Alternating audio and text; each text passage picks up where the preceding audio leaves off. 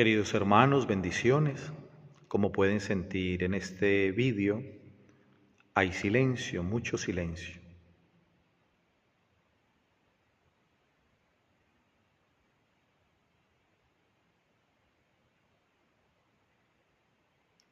Silencio que privilegia el encuentro con el Señor. Cae la tarde y aquí ante la presencia de Jesús en el tabernáculo, pongo todo lo realizado durante este día, las visitas a los distintos pueblos para celebrar la Santa Misa, el encuentro con las personas que cada uno vive sus propios dramas, sus propias historias, sus dolores, sus alegrías también, y poder estar ahí acompañando, siendo cercano con la vida, con la realidad de cada familia, de las personas que viven procesos. Y hoy quiero compartirles la reflexión del Evangelio de este domingo, que está tomado del Evangelio de Marcos en el capítulo 10, versículos 46 al 52. Es el encuentro de el ciego Bartimeo con Jesús. Ojalá lean ese texto para que puedan sacarle más provecho, porque el Señor también le hablará a cada uno al corazón. Nos dice hoy la palabra del Señor que Jesús estaba saliendo de Jericó con sus discípulos y había un ciego al borde del camino. Nos dicen que se llamaba Bartimeo, pero según la tradición de aquella región, Bartimeo significa hijo de Timeo, por eso lo explica incluso el evangelista Marcos. No sabemos el nombre de pila de la persona, nos dice que era el hijo de Timeo, Bartimeo, hijo de Timeo. Y este hombre está al borde del camino. Es importante que tengamos en cuenta este detalle, porque luego veremos un contraste al final del Evangelio. Y este hombre, cuando siente que pasa Jesús de Nazaret, atentos que es un ciego, es una persona que no tiene la capacidad de ver, sin embargo sí puede escuchar. Y cuando siente que es Jesús Nazareno el que está pasando, comienza a gritar: Jesús, hijo de David, ten compasión de mí. En esta oración o en esta llamada, si lo podemos decir así, Bartimeo, que es ciego, reconoce en Jesús alguien que puede ayudarlo, que lo puede salvar. Y aparte de eso le da un título mesiánico, hijo de David. Esto nos lleva a pensar que Bartimeo ya había escuchado hablar de Jesús en otra ocasión, por eso se emociona tanto y no quiere dejar pasar la oportunidad cuando Jesús pasa por allí. Y para cada uno de nosotros este Evangelio, porque podríamos pensar, bueno, ¿y cómo aplico este Evangelio a mi vida? Yo no estoy ciego, puedo ver claramente. Pero aquí hay que tener en cuenta que podemos tener ceguera espiritual. No física, sino espiritual. Y aquí hay un detalle importante y una pregunta. ¿Te quedas indiferente ante el paso de Jesús por tu vida? ¿O no quieres desaprovechar la oportunidad como Bartimeo, que cuando escucha que es Jesús Nazareno el que está pasando, comienza a gritar? Hay una parte interior fuerte de él, el gritar, es decir, como esa desesperación y la angustia que puede experimentar cuando le hace esa petición a Jesús. Jesús, hijo de David, ten compasión de mí. Que nosotros también le podamos decir al Señor desde lo profundo del corazón, que Él se apiade de nosotros. Y en el Evangelio se nos dice que estaba Jesús con los discípulos y había mucha gente. Y entonces la gente empezó a decirle que se callara. ¿Y eso qué significa? Que puede ser que nuestra vida, cuando iniciamos un proceso de encuentro personal con el Señor, de oración, cuando nos queremos acercar a Él, cuando lo llamamos para que Él se acerque a nosotros, entonces aparecen voces que nos quieren acallar, y son las distracciones, son aquellas personas que te van jalonando sin que te des cuenta, y entonces descuidas tus momentos de oración porque prefieres ir a hacer otras cosas, te entretienes, pueden ser personas, cosas, redes sociales, la televisión, películas, hacer tantas cosas que te dispersan. Son las voces que te quieren acallar. Siempre que vamos a buscar al Señor aparecerán esas voces en situaciones, en personas que nos quieren como acallar y nos quieren alejar y distraer. Y entonces este hombre grita más fuerte. Aquí hay una cosa importantísima, la perseverancia. Este hombre no permite que esas voces lo distraigan o lo alejen de su propósito. ¿Qué tanta perseverancia tenemos nosotros en la oración? Grita más fuerte. Y ese gritar más fuerte hace que Jesús se detenga. Aquí hay una cosa interesantísima. Jesús se detuvo y les dijo a los otros, llamadlo. Entonces, significa que la oración, cuando es perseverante, atrae la atención de Dios. Interesante hoy en el Evangelio que no es Jesús el que lo llama directamente, porque hubiera podido decir Jesús al ciego, ven, o se hubiera podido acercar Jesús. Sin embargo, les dice a los que están allí, llámenlo. Eso significa también la importancia de las mediaciones. Cómo el Señor se vale de nosotros para llamar a otros hacia Él. Que nos preguntemos, ¿soy yo instrumento del Señor para que otros se acerquen a Él, a Dios? ¿O soy yo de aquel grupo del principio que acalla, que distrae, que aleja con actitudes, con palabras y con muchas otras cosas a las personas del encuentro con el Señor? Y luego ya comienzan a darle ánimos, levántate, que te llama. Miren eso tan interesante, serían los mismos que al principio le dijeron que se callara y después cayeron en la cuenta ante la petición del Señor, llamadlo. Puede que sí, puede que no, puede que sean otros o los mismos. Pero lo más importante es que si nosotros caemos en la cuenta que en algunos momentos hemos podido alejar a personas del Señor, nosotros mismos podemos ahora llamarles, acogerles y decirles, ánimo, levántate, el Señor te está llamando. Qué bello poder ser instrumentos del Señor para anunciar su palabra, su buena nueva de salvación. Y nos dice el Evangelio que aquel hombre, soltando el manto, dio un salto hasta donde estaba Jesús.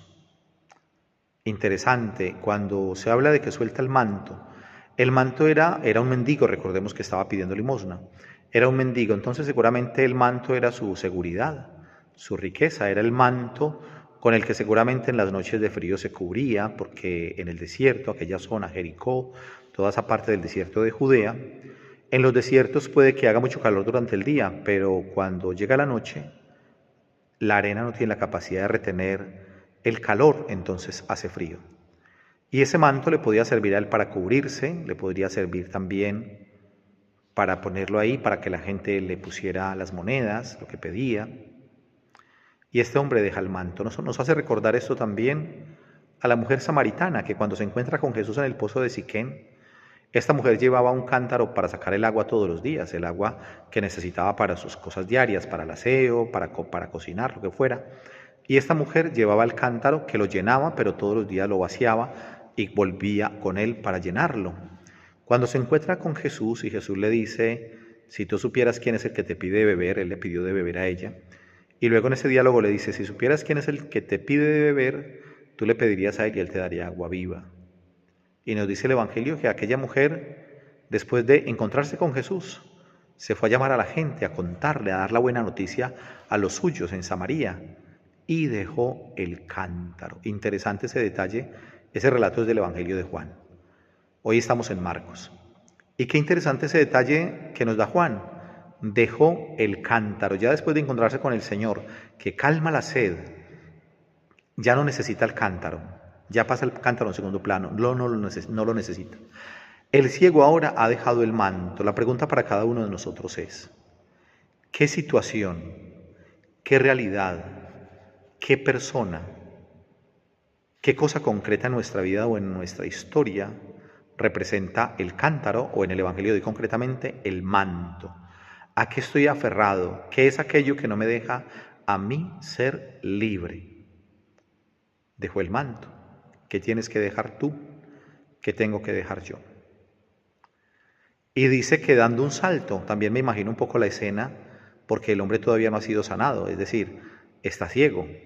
Y entonces una persona ciega, ¿cómo hace para dar un salto? Porque cuando uno es ciego, uno lleva un bastón o lleva alguna cosa en la mano para poder ir mirando qué obstáculos hay. Si hay un hueco, si hay una pared, un muro, una piedra, y va con cautela. En cambio, este hombre estando ciego, da un salto. Eso significa también el salto en la fe. Eso significa que el Señor nos pide que nos arriesguemos, a que no calculemos tanto, a que aunque no tengamos todo tan claro, pero nos confiemos en el Señor. Si el Señor te ha llamado, si escuchas la voz del Señor que te llama, da el salto. No temas, no es un salto en el vacío, es un salto que te lleva a los pies de Cristo, a los pies del Señor. Y el Señor le hace una pregunta: ¿qué quieres que haga por ti? Una pregunta interesante, porque el Señor, que lo sabe todo, sabía que este hombre le iba a pedir que recobrara la vista. Pero él pregunta. ¿Por qué pregunta el Señor? Porque Él respeta profundamente nuestra libertad. Porque Él quiere que nosotros le digamos. Por eso, aunque el Señor conozca todo lo de nosotros, es tan importante la oración. Porque podríamos pensar, bueno, ¿y de qué le voy a hablar al Señor? Y si yo voy a estar en oración, ¿para qué le voy a hablar de lo que Él ya sabe? No, es que Él quiere que tú se lo cuentes. Porque Él respeta tu libertad. Y mientras que tú no le entregues tu libertad, el Señor no hará muchas cosas en tu vida. Por eso es importante que le respondas la pregunta. Hoy te pregunta a ti y me pregunta a mí, ¿qué quieres que haga por ti? Que cada uno le podamos responder en lo profundo del corazón, en mi vida concreta, en mi historia, en este momento concreto de mi vida, ¿qué quiero que Él haga por mí? Háblale al Señor. Saca un tiempo para hacer oración allí en tu casa. No necesariamente tienes que estar junto al sagrario, porque bueno, yo tengo esa gracia y ese privilegio porque soy sacerdote y estoy aquí en mi parroquia, tengo las puertas cerradas y estoy aquí en la soledad con el Señor en el sagrario. Pero tú lo puedes hacer en tu casa, porque dice la palabra del Señor que somos templo del Espíritu Santo. Y si alguno escucha mi palabra y la pone por obra, mi Padre y yo vendremos a Él y haremos morada en Él. Y eso es lo que nos enseñan los santos y los místicos, Santa Teresa de Jesús, San Juan de la Cruz, los santos que vivieron esa experiencia de interioridad con el Señor. Entonces Jesús nos dice en el Evangelio, cuando vayas a orar, entra en tu cuarto, cierra la puerta y ora en secreto, y tu Padre que ve en lo secreto te recompensará. ¿Y qué es ese cerrar la puerta? Puede ser nuestra habitación, tener un espacio especial para hacer oración, pero también es esa intimidad con el Señor. Allí te recoges y hablas con Él. Dile hoy al Señor, ¿qué quieres que Él haga por ti? ¿Qué necesitas en este momento? Y este hombre le responde sin dudarlo, Señor, que recobre la vista. Aquí también hay un detalle interesante. Esto ya nos da a entender que no era un ciego de nacimiento, porque podría haber sido un ciego de nacimiento, un hombre que nunca había visto, que nunca había tenido la oportunidad de ver y no sabía cómo era el mundo. Pero decirle, Señor, que recobre la vista, que posiblemente sea aquí en este evangelio un hombre que realmente físicamente era ciego, también tú le puedes decir hoy al Señor que recobre la vista.